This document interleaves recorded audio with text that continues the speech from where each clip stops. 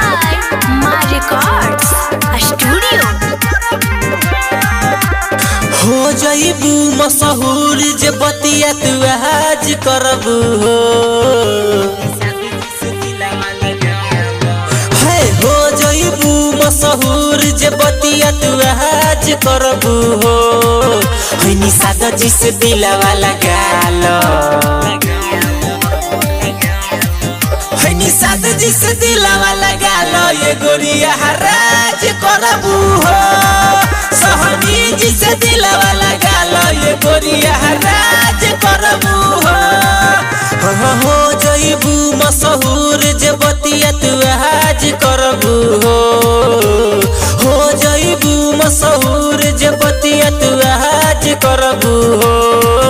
हनी साद जी से दिलवा लगालो हनी साद जी से दिलवा लगालो ये गोरिया हराज करबू हो सहनी जी से दिलवा लगालो ये गोरिया हराज करबू हो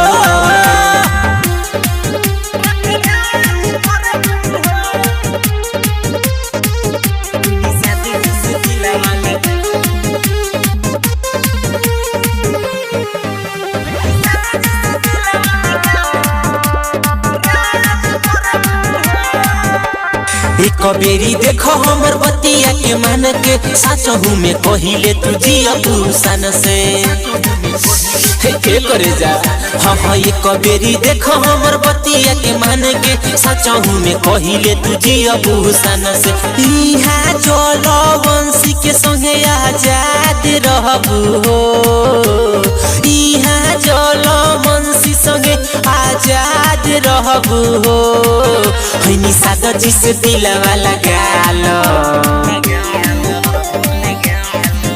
हनी सादा जी से दिलवा लगालो ये गोरिया हराज करबू हो सहनी जी से दिलवा लगालो ये गोरिया हराज करबू हो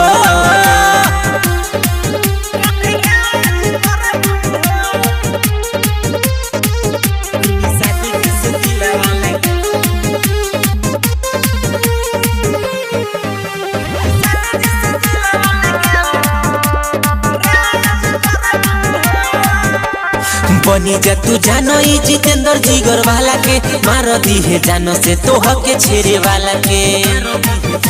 अरे सच न कहतानी बनी जा तू जानो ई जितेंद्र जिगर वाला के मार दी है जानो से तोह के छेरे वाला के राइटर सिकंदर के पाके तू तो नाज करबू हो राइटर सिकंदर के पाके तू तो नाज करबू हो हनी सादा जी से दिलवा लगालो हनी सादा जी से दिलवा लगालो ये गोरिया हराज करबू